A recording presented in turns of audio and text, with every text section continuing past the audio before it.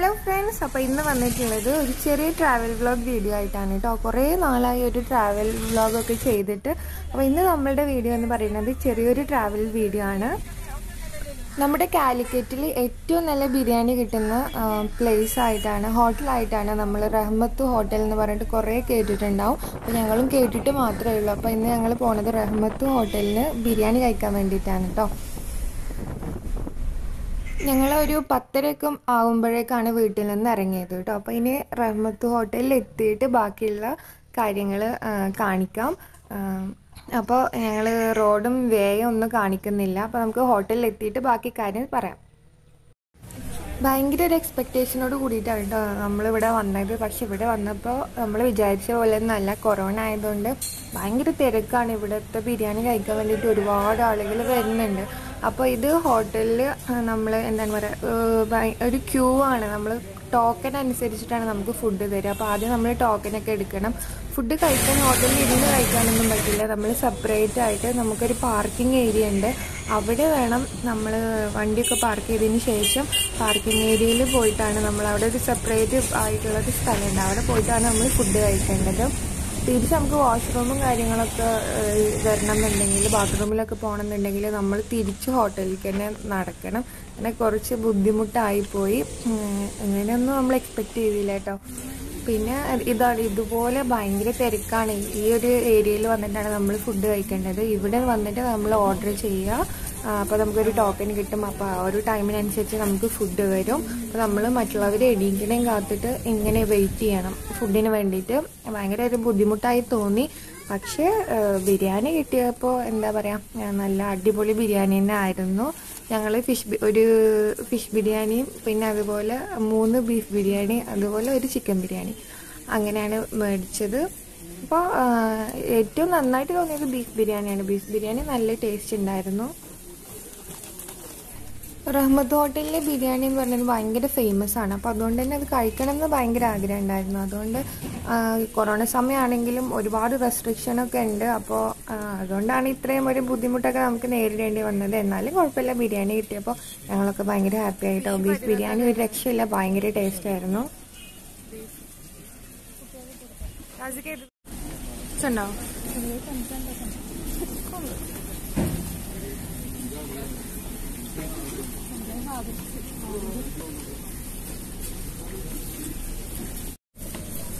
അങ്ങനെ ഞങ്ങളുടെ ടേബിള് ഫുഡൊക്കെ ഏകദേശം ഫിനിഷ് ആവാറായി.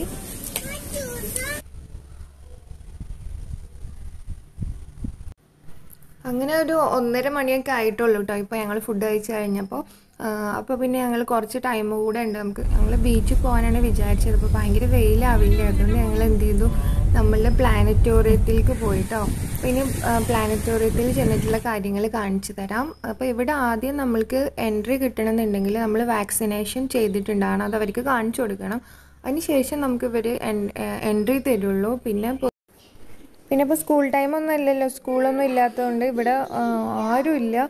കുറച്ച് 1-4 വണ്ടികൾ മാത്രമേ ഉള്ളൂ. അതിലുള്ള ആളുകളും മാത്രമേ ഉള്ളൂ. അപ്പോൾ നമുക്ക് ഫ്രീ ആയിട്ട് ഇരിക്കാൻ പറ്റും.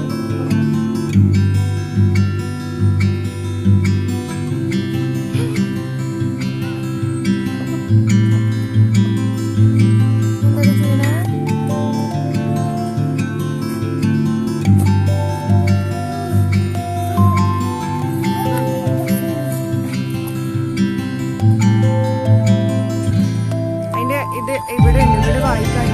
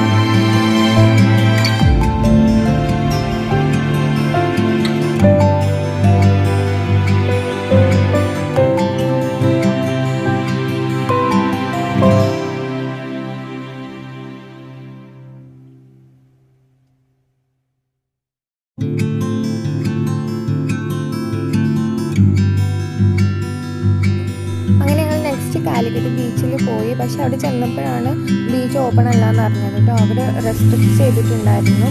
അപ്പോൾ ആ ഒരു ലൈനപ്പുറം പോയി കഴിഞ്ഞാൽ നമുക്ക് ഫൈനാണ്. അപ്പോൾ നമുക്ക് അടുത്ത് പോയി നിന്നിട്ട് കാണാനൊന്നും പറ്റിയില്ല. നമ്മൾ കുറച്ച് അകലെ നിന്നിട്ട് ജസ്റ്റ് ഒരു വീഡിയോ എടുത്തിട്ട് ഞങ്ങൾ തിരിച്ചു പോന്നു.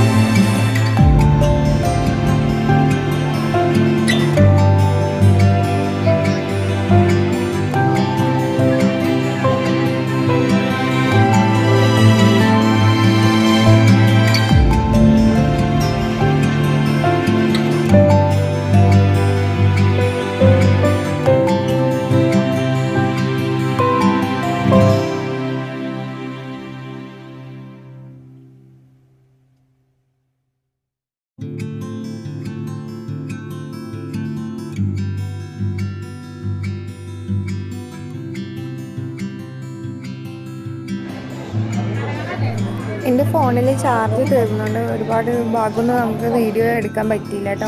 അപ്പോൾ ഞങ്ങൾ നൈറ്റ് ആയപ്പോൾ പെരിന്തൽമണ്ണ തിരിച്ചെത്തിയത് 9 മണിയൊക്കെ ആയപ്പോൾ പിന്നെ ഞങ്ങൾ അവിടുന്ന് ഫുഡൊക്കെ കഴിച്ചു. പിന്നെ ഞങ്ങൾ വീട്ടിലേക്ക് തിരിച്ചു പോയിട്ടോ. അപ്പോൾ ഇത്രയേ ഉള്ളൂ നമ്മളുടെ ഇന്നത്തെ ഒരു ട്രാവലിംഗ് വ്ളോഗ് എന്ന് പറഞ്ഞാൽ. ഇഷ്ടപ്പെട്ട് കഴിഞ്ഞാൽ ലൈക്ക് ചെയ്യുക, അതുപോലെ നിങ്ങളുടെ അഭിപ്രായങ്ങൾ കമൻസ് ആയിട്ട് അറിയിക്കുക. പുതിയൊരു വീഡിയോ ആയിട്ട് വീണ്ടും കാണാം. Bye bye.